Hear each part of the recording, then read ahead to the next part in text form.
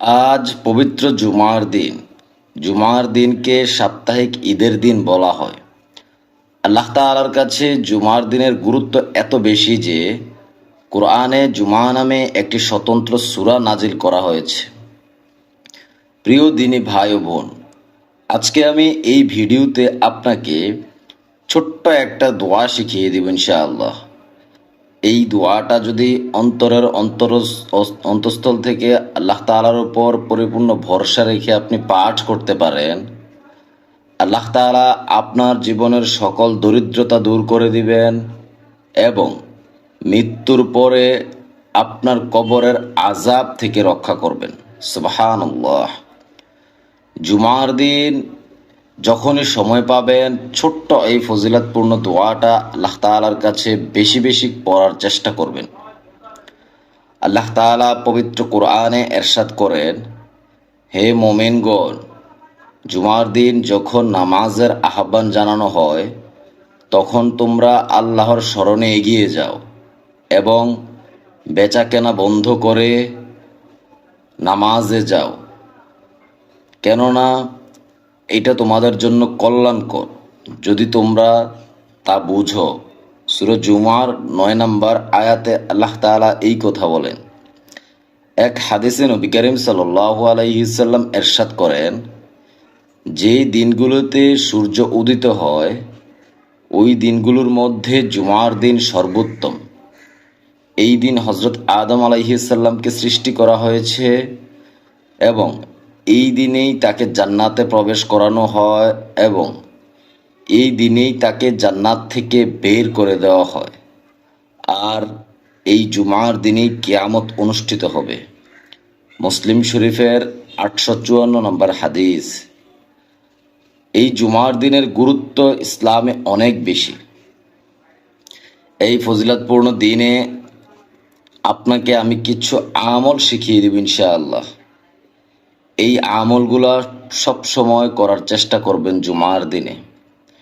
তবে আজকের যেই কাঙ্ক্ষিত দোয়া, আগে সেই কাঙ্ক্ষিত দোয়াটা আমি আপনাকে শিখিয়ে দিচ্ছি। আমি প্রথমে বলবো, তারপর আমার সাথে সাথে আপনারা পড়বেন। আল্লাহুম্মা ইন্নী আউযু বিকা মিনাল কুফরি ওয়াল ফাকরি ওয়া আযাবিল কবর। পড়েন, আমার সাথে সাথে পড়েন। আল্লাহুম্মা ইন্নী আউযু বিকা মিনাল কুফরি ওয়াল ফাকরি ওয়া আযাবিল কবর।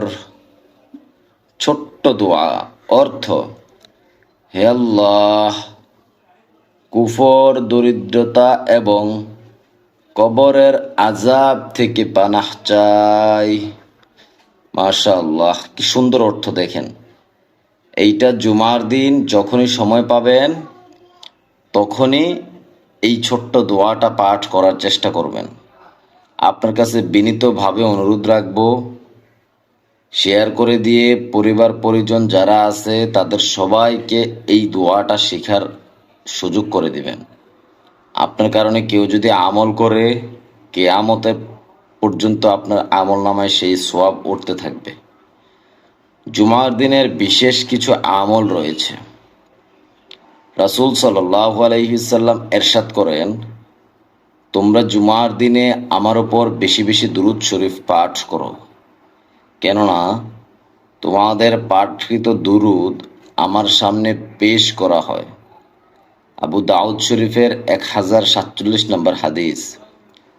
তাহলে প্রথম কাজ হচ্ছে বেশি বেশি দুরূদ শরীফ পাঠ করবেন।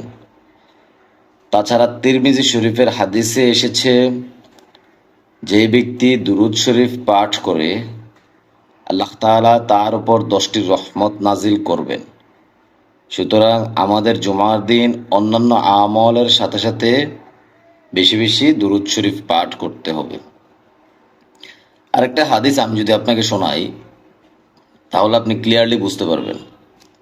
আবু সাঈদ খুদরি রাদিয়াল্লাহু তাআলা ও আবু হুরায়রা রাদিয়াল্লাহু তাআলা থেকে বর্ণিত, রাসূল সাল্লাল্লাহু আলাইহি সাল্লাম বলেছেন, যে ব্যক্তি জুমার দিন গোসল করলো, তার কাছে থাকা সুন্দরতম জামাটি পরিধান করলো এবং সংগ্রহে থাকলে সুগন্ধি ব্যবহার করলো, অতঃপর জুমার নামাজে উপস্থিত হলো, কারো কাঁধ ডিঙিয়ে গেল না, তারপর আল্লাহর তৌফিক অনুযায়ী সুন্নত এবং নফল নামাজ আদায় করলো, অতঃপর খতিব খুতবার জন্য বের হওয়া থেকে নামাজ শেষ করা পর্যন্ত নিশ্চুপ থাকলো, তার ওই নামাজ এই জুমা থেকে সামনের জুমা পর্যন্ত গুনাহের কাফফারা হবে।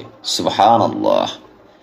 এই হাদিসটা অসংখ্য হাদিসে এসেছে, যেমন আবু দাউদ শরীফের হাদিসে এসেছে, মুসনাদ আহমদের হাদিসে এসেছে, সহি ইবনে হিব্বানের হাদিসে এসেছে। তাহলে যে আমলটার কথা বললাম, এই আমলগুলা করার চেষ্টা করবেন। জুমার নামাজের বদৌলতে আল্লাহ তাআলা 10 দিনের পাপ রাশি ক্ষমা করে দেবেন।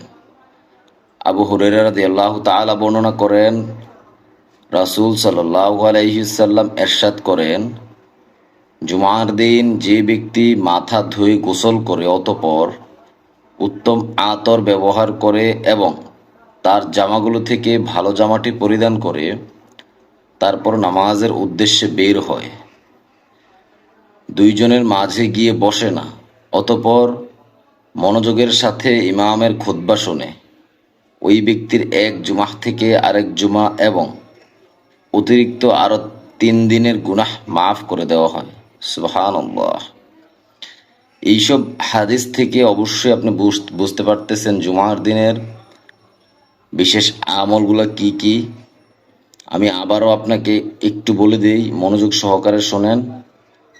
প্রথমে উত্তম রূপে গোসল করা, দ্বিতীয় নম্বরে ভালো জামা কাপড় পরিধান করা, সামর্থ্য থাকলে খুশবু ব্যবহার করা, মনোযোগ দিয়ে খুতবা শোনা, মসজিদে কাউকে কষ্ট না দেওয়া, অর্থাৎ অনেকে আছে পরে গিয়ে মানুষ ডিঙিয়ে সামনে গিয়ে বসে, কষ্ট দেওয়া বলতে এই কথাটাকে বোঝানো হয়েছে। খুতবা চলাকালে কোনো কথাবার্তা না বলা। যে ব্যক্তি এইভাবে জুমার নামাজ আদায় করবে, আল্লাহ তাআলা তার 1 সপ্তাহ এবং অতিরিক্ত আরো 3 দিনের গুনাহ ক্ষমা করে দিবেন। সুবহানাল্লাহ। হে আল্লাহ, যারা এই ভিডিওটা দেখতেছে, আপনি তাদের সকলের জীবনের গুনাহগুলি এই জুমার নামাজের ওসিলায়, জুমার দিনের ওসিলায় মাফ করে দিয়েন। আমিন। রব্বুল আলামিন যাদের অনেক বেশি ঋণ, যারা দরিদ্রতায় ভুগছে, আপনি সকলের দরিদ্রতা এবং ঋণ থেকে মুক্তি দান করেন। হায় আল্লাহ, যাদের পিতামাতা এই দুনিয়াতে বেঁচে নেই, তাদের পিতামাতাকে জান্নাত দান করিয়েন। যাদের পিতামাতা এই দুনিয়াতে অসুস্থ অবস্থায় আছেন, তাদেরকে নেক হায়াত দান করেন। আমিন। দয়া করে অবশ্যই কমেন্ট বক্সে আমিন লিখে যাবেন, কেননা কার দোয়া কখন কবুল হয়ে যায় তা বলা যায় না। আল্লাহ তাআলা আপনাকে ইসলামের জন্য কবুল করুক এবং জুমার দিনে আমলগুলো বেশি বেশি করেন। ভালো থাকবেন। আসসালামু আলাইকুম ওয়া রাহমাতুল্লাহি ওয়া বারাকাতুহু।